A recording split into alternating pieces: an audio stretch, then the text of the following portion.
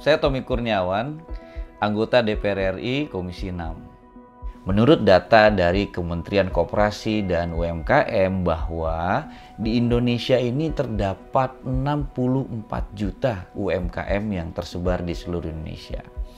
Dan ke-64 juta UMKM tersebut belum terdata dengan baik di e-commerce maupun di pemesanan makanan secara online. Salah satu cita-cita saya adalah mengimplementasikan sebuah single data system yang baik, tentunya yang berkaitan dengan kehidupan masyarakat sehari-hari.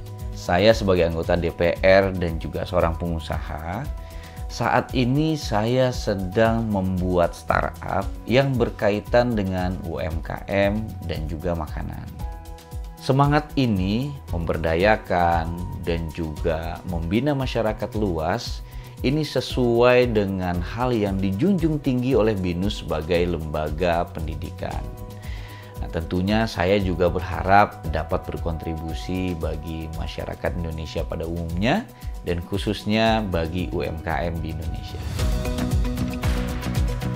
Keleluasaan dalam mengatur waktu itulah menjadi alasan utama saya kenapa saya memilih BINUS Online Learning.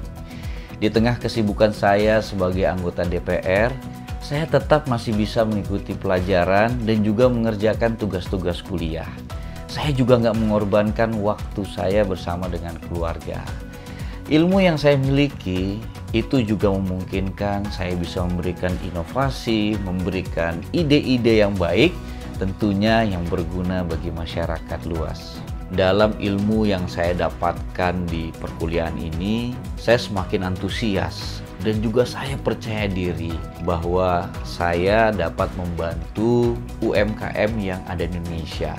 Ketika implementasi single data system itu terjadi, maka di saat kondisi seperti ini, mereka UMKM akan mendapatkan bantuan secara efektif dan juga tepat sasaran. Hai semua, selamat siang, selamat datang di Bionic BINUS Online Interactive Channel. Saya Christopher Josuaksana yang akan memandu acara pada hari ini.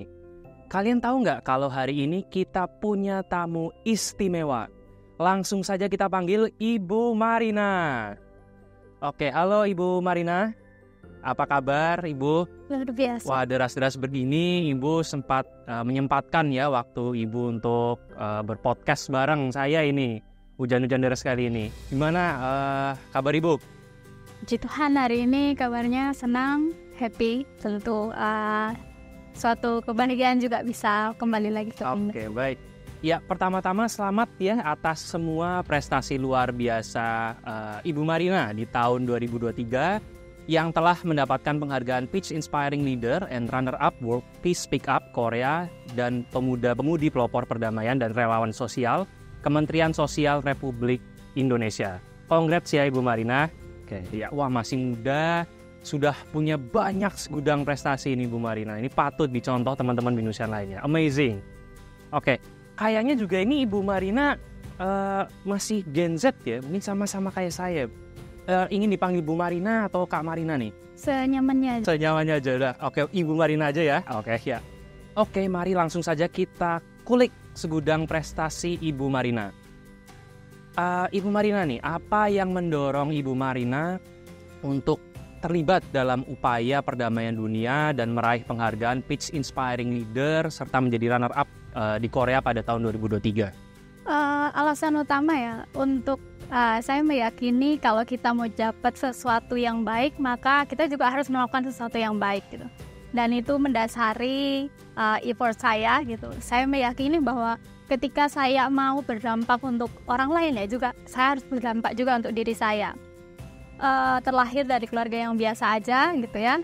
Kemudian saya punya motivasi bahwa kalau saya mau memberikan contoh ke anak muda di area saya juga harus melakukan itu terlebih dahulu. Kalau saya cuma ngomong berarti saya menyebarkan informasi yang belum tentu benar. Nah, sejak saat itu saya mulai terpacu gitu ya. kalau bisa dapat yang terbaik ya saya mau lakukan yang terbaik. Ngapain, apa bedanya saya sama orang lain kalau saya cuma melakukan hal-hal yang biasa-biasa aja. Nah, kemudian di SMA juga sama, saya dari tempat biasa di pedesaan, kemudian saya berupaya untuk masuk ke sekolah paling bagus di area saya, walaupun setiap harinya harus menempuh 1 jam lebih tuh. Di SMA paling bagus, kemudian dapat kesempatan untuk belajar di salah satu kampus ternama di UGM, itu full beasiswa. Di UGM kemudian diberi kesempatan untuk kembali ke daerah. Jadi sebelumnya saya udah pernah kerja di salah satu perusahaan saham, kemudian saya punya nazar kalau saya bisa belajar di tempat yang baik dengan gaji yang baik, saya harus kembali ke daerah untuk bangun rumah pendidikan gratis gitu. Akhirnya benar, gaji saya kumpulkan untuk bangun komunitas rumah belajar gratis. Nah, dari cerita itu saya pakai untuk e-stay dan saya kirim ke beberapa kegiatan internasional, dan puji Tuhan saya terpilih untuk mewakili Indonesia untuk sharing ke teman-teman luar negeri apa sih dedikasi, apa yang udah kita lakukan untuk negara gitu. Dan dari situlah cerita ini akhirnya membuat saya gitu masuk ke nominasi tersebut. Dan serunya juga asiknya saya bisa kesempatan untuk belajar di BINUS gitu ya. Hal yang paling saya syukuri adalah karena saya belajarnya online, saya bisa kerja, bisa melakukan hal-hal lain juga yang lebih produktif, dan tetap pendidikan juga tetap lanjut. Tepuk tangan dulu dong para BINUSian untuk Ibu Marina yang satu ini ya. Berarti dedikasi yang semangat tinggi ya sebenarnya. Tidak hanya semangat tinggi saja, tapi juga perlu ketekunan, dedikasi yang tinggi juga. Giat, tadi Ibu Marina juga bernazar ya, kalau misalkan sudah menjadi Ibu Marina yang seperti sekarang ini, Ibu Marina juga bertekad untuk membangun daerahnya Ibu sendiri ya, tempat lahir Ibu juga ya, gitu ya. Oke, mantap. Untuk pertanyaan selanjutnya, nah kemudian sebagai pemuda pelopor perdamaian dan relawan sosial nih oleh Kementerian Sosial Republik Indonesia, bagaimana Ibu dapat menjadi pemuda-pemudi pelopor perdamaian dan relawan sosial, dan aktivitas apa saja nih yang dilakukan Ibu? Terima kasih ya. Untuk aktivitas sehari-hari sih sebenarnya kalau relawan ataupun pelopor perdamaian tuh satu, kalau di usia yang sekarang udah pasti mainnya sosial media ya. Sebisa mungkin saya nggak bisa merubah seluruh Indonesia ini menjadi ngomongnya semua yang baik-baik, enggak gitu. Tapi dimulai dari sosial media saya. Yang pertama, saya itu paling anti ini nggak berlaku untuk semua ya, untuk saya pribadi. Saya nggak pernah nulis sesuatu yang menimbulkan kontroversi gitu. Kalau bisa berbagi sesuatu yang baik ya, upayakanlah membagikan sesuatu yang baik. Kadang kita tuh nggak sadar, kadang kita terpacu dengan hal-hal yang lagi on trend gitu. Tapi menurut saya, walaupun hal sederhana gitu ya, yang bisa saya lakukan ya satu, di sosial media saya upayakan kalau mau bercanda ya bercanda yang positif, yang tidak mengarah kemanapun. Kalau bisa share hal-hal yang baik ya silahkan di-share hal-hal yang baik. Terus kesibukannya selain itu juga komunikasi sama teman-teman disabilitas gitu ya. Kebanyakan hari-hari saya ya main sama, mohon maaf, teman-teman yang punya keistimewaan gitu ya. Kalau kita biasa aja nih normal, kalau saya nyebut mereka teman-teman yang punya keistimewaan spesial gitu. Terus juga temenan saya ini sama orang-orang ODGJ kebetulan ya. Jadi kalau lihat saya hari ini pas di sini agak normal ya, ini karena ketemunya sama yang normal gitu. Kalau ketemu sama teman-teman ODGJ ya harus tetap seperti mereka. Kayak gitu sih aktivitas sehari-hari. Oke, ya. Tepuk tangannya lagi para BINUSian, ini sangat menginspirasi tentunya ya, sangat menginspirasi banget. Karena sebenarnya Ibu Marina ini sebenarnya FOMO tapi akan sesuatu hal yang positif begitu BINUSian. Beliau itu tidak terikat atau tidak tertarik akan hal-hal yang mungkin bisa menimbulkan sesuatu yang kontroversial ya, tetapi untuk sesuatu yang positif Ibu Marina akan terus lakukan, apalagi untuk membangun bangsa kita tercinta ini. Oke. Untuk pertanyaan selanjutnya, nah di tahun 2022 nih, Ibu juga sudah mendapatkan Women SDG, Sustainable Development Goals. inspire ya. Bagaimana perasaan Ibu setelah meraih penghargaan Women SDGs Inspire di Thailand ini? Tentunya kalau perasaan pasti senang ya. Semua orang kan pasti kalau mendapatkan sesuatu pasti senang. Tapi hal utama yang saya rasakan itu karena dulu kalau mendapat apa-apa tujuannya ya supaya keluarga saya ketika cerita sama orang, apa sih pencapaian anaknya? Biasa kan orang tua tuh kalau ketemu orang tua tuh bisa ngobrol. Suka cap-cip-cup gitu ya. Nah, terus saya mau bilang kalau saya tetap biasa aja, mungkin saya secara pendapatan ataupun pekerjaan mungkin saya berbeda dari orang lain, tapi kan orang tua saya dan keluarga saya itu bisa menceritakan bahwa oh ini loh anakku tuh bisa sampai ke sini karena kegiatan dedikasinya di ranah sosial gitu. Jadi memang dari dulu kecintaan saya sama dunia sosial ini luar biasa. Maksudnya bukan melakukan banyak hal karena saya dapat digaji, enggak. Kalau melakukan kayak gini tuh kita keluarin gaji iya, capek iya, waktu iya, cuman kebahagiaannya itu loh yang nggak bisa kita ukur dengan nominal. Ya sebenarnya bekerja tanpa pamrih ya, sebenarnya melakukan sesuatu dengan penuh keikhlasan begitu ya, dengan penuh kebahagiaan yang tentunya nanti bisa memberikan inspirasi bagi teman-teman Binusian juga nantinya. Nah ini pasti Binusian bertanya-tanya nih foto apa yang ada di layar kaca para Binusian ini, kalau bisa Ibu Marina jelaskan ini, Ibu sedang berada di mana ini? Kebetulan itu jalan-jalan gratis ya. Wih. Rezeki anak soleh ke Thailand gitu ya, secara gratis. Cuman itu memang ada kegiatan internasional di mana kita dipertemukan di seluruh dunia gitu ya. Kita diskusi apa sih yang udah kamu lakukan untuk membantu tercapainya SDGs, kan kita SDGs 2030 ya. Jadi apa yang sudah kita lakukan nih, seminimal mungkin lah melakukan sesuatu untuk negara. Nah, yang saya lakukan gitu ya, yang saya jelaskan ke teman-teman dari negara lain ya. Itu saya mulai bahas tentang saya melakukan komunitas sosial, kemudian konsentrasi dengan teman-teman disabilitas dan ODGJ.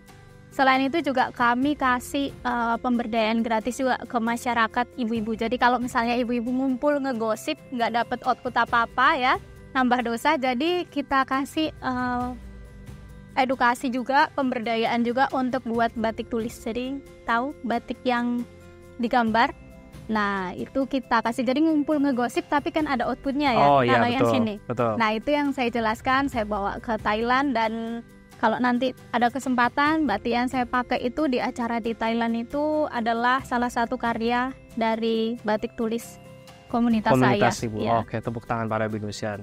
Nah untuk ada foto lagi nih Bu. Ibu sepertinya senang berjalan-jalan ya, traveling gitu ya Bu.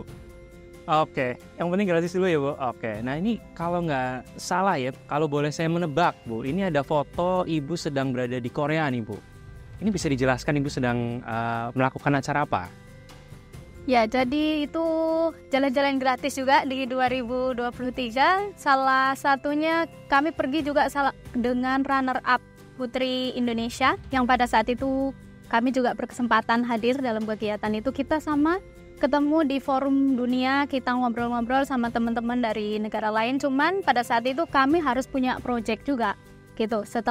Sebelum kegiatan, selama kegiatan, terus project masa depannya apa. Kemudian kami harus presentasi deh, ke ibaratnya saya merasa saya jadi anggota DPR pada saat itu ya. Ya, baik. Cuman setelah nanti kita selesai ngobrol-ngobrol, biasa dikasih skor, habis itu kita dibacakan urutannya dari delegasi mana aja yang berhak mendapatkan penghargaan untuk dibawa pulang ke negaranya. Seperti itu. Oke. Kemudian tapi ini untuk gambar selanjutnya Ibu sedang berada di Indonesia nih Ibu. Sedang menjadi pemuda-pemudi pelopor perdamaian. Nah itu bisa diceritakan itu Bu, itu suasananya bagaimana atau kegiatan acaranya seperti apa? Jadi kalau pelopor perdamaian itu sebenarnya bukan untuk saya saja ya. Sebenarnya seluruh anak muda di Indonesia itu diharapkan untuk menjadi pelopor perdamaian gitu. Cuman kalau kegiatan saya kemarin kebetulan bisa disebut ibaratnya dutanya gitu. Kalau bisa jadi duta itu ya isinya informasinya harus tersampaikan dengan sekeliling untuk sharing bagaimana kita tetap menguasai diri, nggak terlibat konflik, kemudian bagaimana generasi muda terlibat gitu, bukan menambah kekacauan, keberpihakan dan lain-lain, tapi bagaimana generasi muda itu yang muda yang saatnya mempersatukan bangsa, bukan malah ikut-ikutan jadi sarana konflik seperti itu. Oke. Nah, selanjutnya lagi ini ada banyak banget orang nih, Bu. Ibu lagi ada di balai kalau nggak salah. Itu bisa diceritakan seperti apa, Bu? Jadi kalau kegiatan balai itu kami rutin ngasih edukasi gratis baik ke anak-anak, ke anak muda maupun tadi ibu-ibu. Tapi yang paling penting orientasi kami adalah untuk anak-anak ya. Jadi kalau bisa anak-anak itu mendapatkan edukasi yang terbaik. Saya carikan misalnya anak-anak mau belajar matematika, saya carikan tuh mahasiswa ataupun siapapun dari jurusan yang sama untuk mengabdikan. Jadi punya visi dan misi yang sama.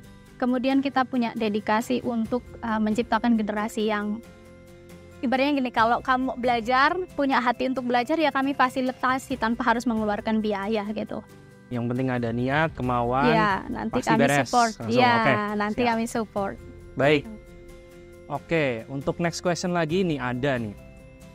Sebagai informasi, Ibu Marina juga pendiri komunitas ya, sosial Balai Baswara. Sejak tahun 2019 bahkan sebelum COVID itu. Nah, bisakah Ibu menceritakan apa itu komunitas sosial Balai Baswara?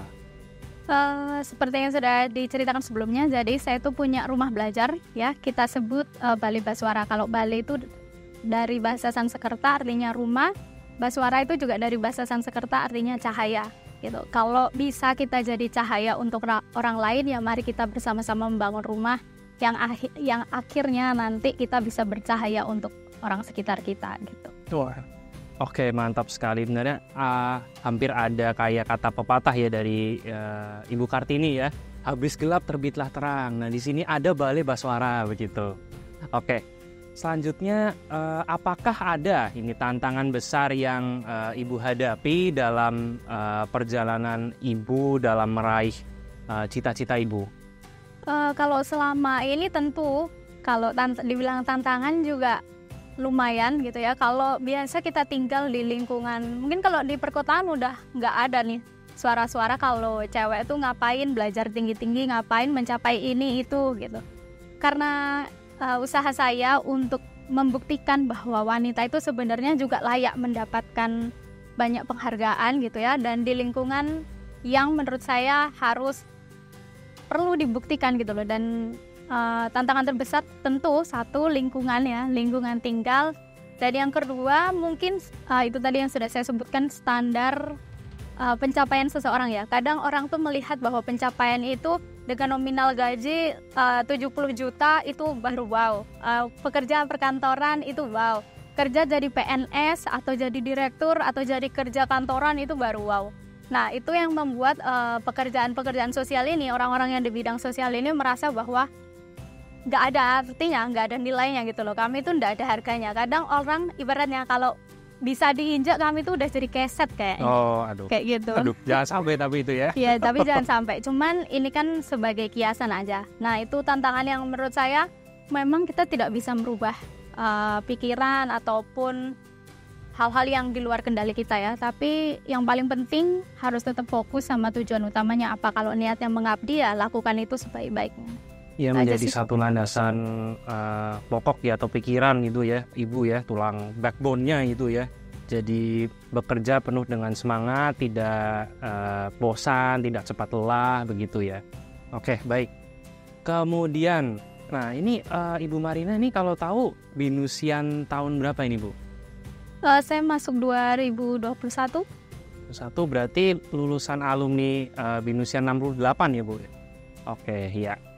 Nah, sebagai mahasiswa manajemen Beyond nih yang berprestasi nih, kira-kira apa pesan atau motivasi yang ingin Ibu bagikan kepada para Binusian mahasiswa lain yang mungkin juga ingin berprestasi seperti Ibu? Kalau saya sih nggak mulu-mulu ya dari dulu, pokoknya apapun yang menjadi keterbatasanmu hari ini berarti itu adalah cara Tuhan untuk menunjukkan bagaimana kamu harus melalui hambatannya. Jadi kalau dari dulu yang saya yakini lewati hambatan ya tetaplah bersinar gitu loh. Mau sampai kapanpun dimanapun kamu berada, hambatan itu tetap ada, tapi bagaimanapun cara kamu menjadi bersinar itu yang paling penting. Oke, berarti harus terus raihlah impianmu ya, sesulit apapun, sesulit halangan apa, rintangan badai yang bergema, bergelora begitu ya Bu. Oke, tepuk tangannya dulu para Binusian. Oke. Ya, terima kasih banyak Ibu Marina atas waktunya dan inspirasinya. Semoga Ibu selalu sukses dalam semua yang Ibu lakukan. Nah, itu dia teman-teman, pembicaraan inspiratif bersama Ibu Marina di Bionic Binus Online Interactive Channel. Semoga acara ini bermanfaat bagi para Binusian semua, khususnya bagi generasi muda Binus. Kita harus meneladani para mahasiswa berprestasi seperti Ibu Marina ini. Nah, kita bisa melahirkan Marina-Marina yang baru. Nah, isilah waktu yang sempit ini dengan hal-hal yang bermanfaat dan tentunya dapat mengharumkan nama alma mater dan negara kita Indonesia.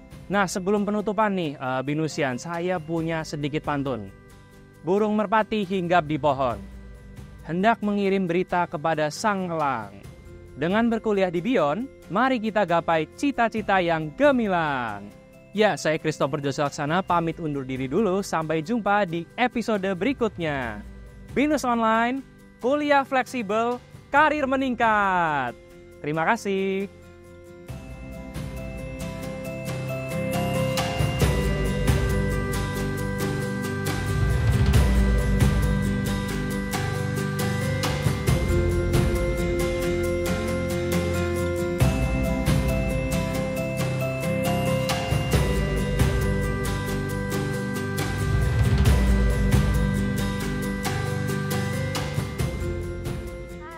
Aku Ruseli Hartawan, salah satu mahasiswa Binus Online Learning.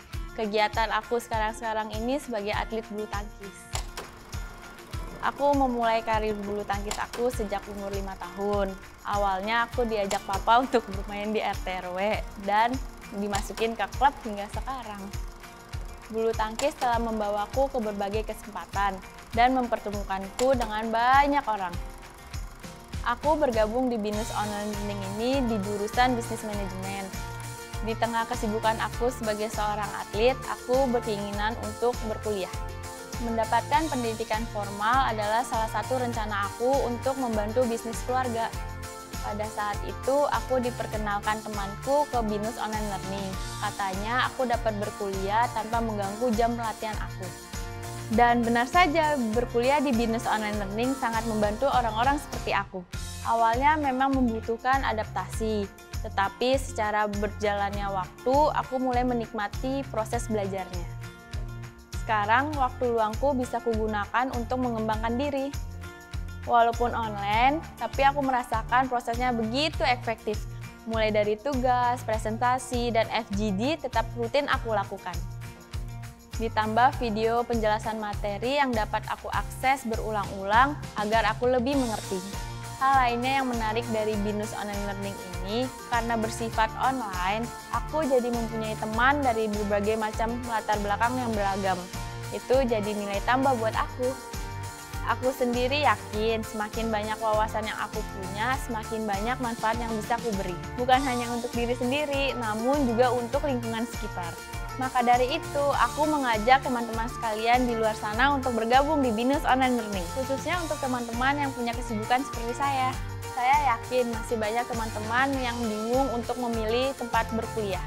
Binus Online Learning benar-benar dirancang sedemikian rupa, agar tetap menjanjikan pendidikan berkualitas meskipun dengan pengajaran online. Sebagai top perguruan tinggi Indonesia berkelas dunia, Binus Online Learning pasti memberikan yang terbaik untuk para peserta didiknya dengan berbagai program-programnya.